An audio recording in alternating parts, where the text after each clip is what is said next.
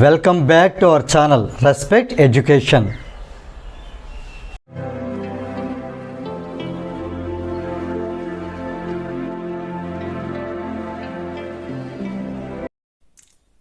ఈ వీడియోలో మనం ఎక్సర్సైజ్ 8Cలో క్వశ్చన్ నెంబర్ 15 ఎలా సాల్వ్ చేయాలో నేర్చుకోబోతున్నాం. క్వశ్చన్ చూసినట్టయితే, a bulb is connected to a battery of PD అంటే పొటెన్షియల్ డిఫరెన్స్ 4 volts. దీన్ని మనం V తో డినోట్ చేస్తాం. పొటెన్షియల్ డిఫరెన్స్ ని V తో డినోట్ చేస్తాం. And internal resistance 2.5 ohm. Internal resistance ని స్మాల్ r అంటాం. అంటే ఇక్కడ మనకి V వాల్యూ ఇవ్వడం జరిగింది, స్మాల్ r వాల్యూ ఇవ్వడం జరిగింది. ఒక బల్బుని ఒక బ్యాటరీ కనెక్ట్ చేసాం. ఆ బ్యాటరీకి ఉండే పొటెన్షియల్ డిఫరెన్స్ 4 volt, ఆ బ్యాటరీకి ఉండే రెసిస్టెన్స్ వచ్చి 2.5 ohm. Okay, a steady current of 0.5 amps. ఇదేంటి? కరెంట్ ఐని ఇండికేట్ చేస్తుంది. 0.5 amps అనే current flows through the circuit అంతా పాస్ అవుతూ ఉంటే, okay, calculate the total energy supplied by the battery in 10 minutes.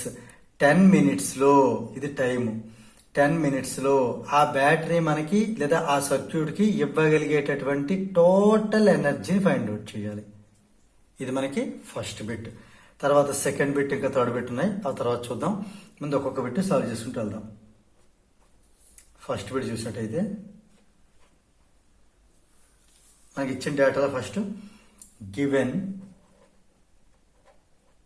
PD అంటే పొటెన్షియల్ డిఫరెన్స్ అంతే, but voltage ఎంత? 4 volts.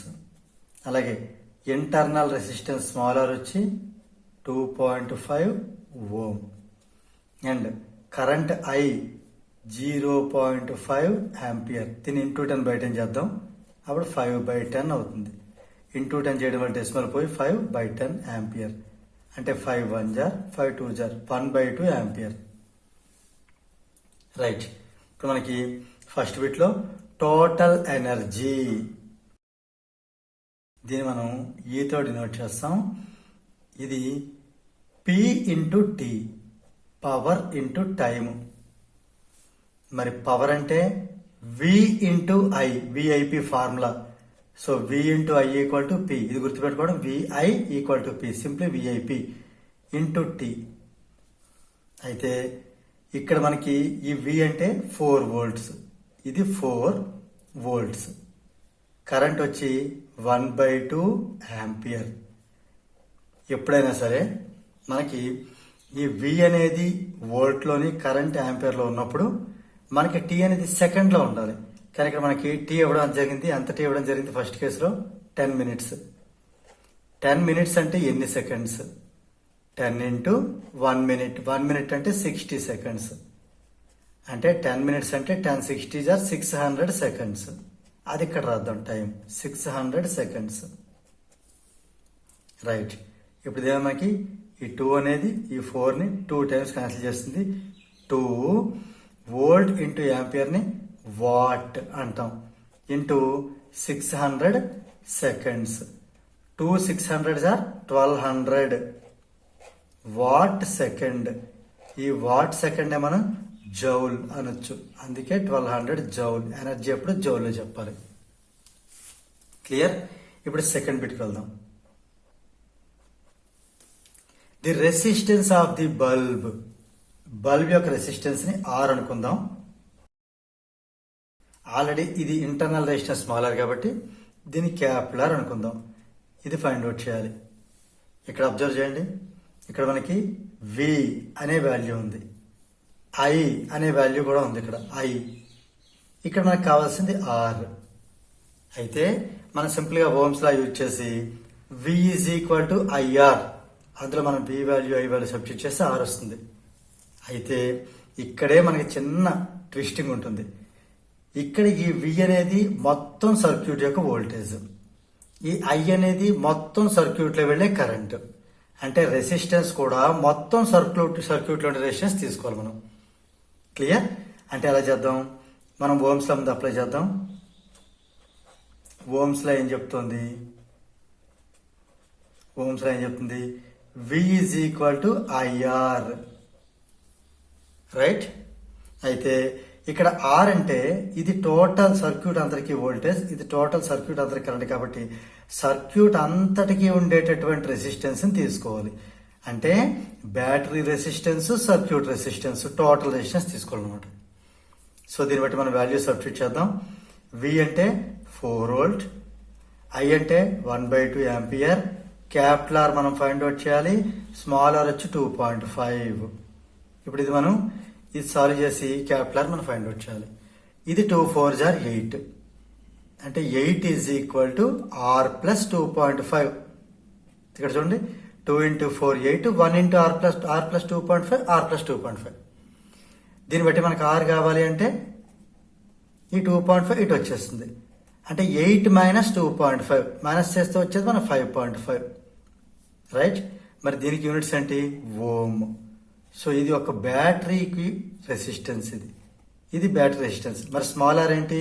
Small r అనేది ఇంటర్నల్ రెసిస్టెన్స్, సారీ ఈ క్యాపిటల్ అనేది బల్బ్ రెసిస్టెన్స్. స్మాల్ r అనేది internal resistance of the bulb, okay, internal resistance of the circuit. ఇంకొకసారి control చెప్తున్నాను చూడండి. క్యాపిటల్ R అనేది బల్బ్ యొక్క రెసిస్టెన్స్, ఈ స్మాల్ r అనేది సర్క్యూట్ యొక్క ఇంటర్నల్ రెసిస్టెన్స్. ఈ 5.5 ప్లస్ 2.5 టోటల్ 8 అనేది మొత్తం కంప్లీట్ గా సర్క్యూట్ ఉండేటటువంటి మొత్తం టోటల్ రెసిస్టెన్స్, రైట్. ఇప్పుడు థర్డ్ బిట్ చూద్దాం. The energy dissipated in the bulb in 10 minutes. ఇక్కడ మనకి ఎనర్జీ, ఇక్కడ కూడా మళ్ళీ ఎనర్జీ అంటే పవర్ ఇంటూ టైమ్. అయితే ఈ పవర్ మనకి దేనికి? బల్బులో ఉండేటటువంటి పవర్ మాత్రం మనం తీసుకోవాలి. బల్బులో ఉండేటటువంటి పవర్కి ఇక్కడ I అనేది చూస్తారా, అది బల్బులో వెళ్లే కరెంటు. సో పవర్కి మనకి I²R అనేది పవర్కి ఫార్ములా, I²R ఇంటూ ఈ టైం T. అయితే ఇక్కడ I² అంటే I అంటే అంత మనకి 1/2 కదా, I² అంటే 1/2 ఇంటూ 1/2 ఇంటూ R, బల్బ్ యొక్క రెసిస్టెన్స్ మాత్రమే, అంటే 5.5. దాన్ని మనం పాయింట్ రిమూవ్ చేస్తే 55/10 అని రాసుకోవచ్చు. ఇంటూ టైం అనేది మనకి 10 minutes కదా, 10 ఇంటూ మినిట్స్ అండ్ సెకండ్స్ లో మారిస్తే 60 seconds, రైట్. ఇప్పుడు మనకి ఇది సింప్లిఫై చేస్తే ఎంత అవుతుంది? ఈ 10 క్యాన్సిల్, ఈ 2తో ఇది 30 times క్యాన్సిల్, ఈ 2తో ఈ 30 అనేది 15 times క్యాన్సిల్, అంటే 55 into 15.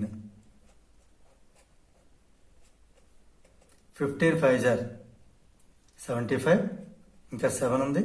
15 5s are 75 plus 7 82, 825.